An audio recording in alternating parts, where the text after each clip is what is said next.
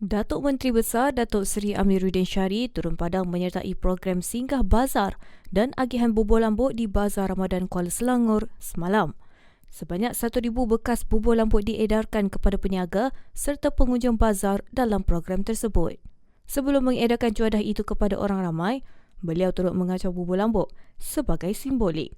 Kehadiran beliau disambut meriah pengunjung dan peniaga yang tidak melepaskan peluang untuk bersalaman serta merakam gambar kenangan.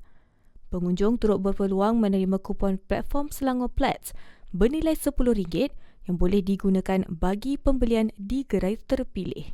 Program berkenaan merupakan sebahagian daripada inisiatif di bawah Portfolio Exco Kemajuan Desa, Perpaduan dan Pengguna Datuk Rizam Ismail bersempena Ramadan tahun ini. Inisiatif itu dilaksanakan di setiap daerah melibatkan program Ihya Ramadan Duli Yang Maha Mulia Sultan Selangor, Sultan Sharafuddin Idris Shah Al-Haj bersama rakyat. Secara keseluruhan, sebanyak 12,000 bekas bubur lambuk diagihkan sepanjang Ramadan tahun ini, termasuk 2,000 bekas di bangunan Setiausaha Kerajaan Negeri. Turut hadir Exco Sukan Muhammad Najwan Halimi, Ketua Pegawai Eksekutif Kumpulan Menteri Besar Selangor Pemerbadanan atau MBI, Datuk Saiful Yaz Ahmad Yusof, serta Ketua Yayasan MBI Ahmad Azri Zainal Nur.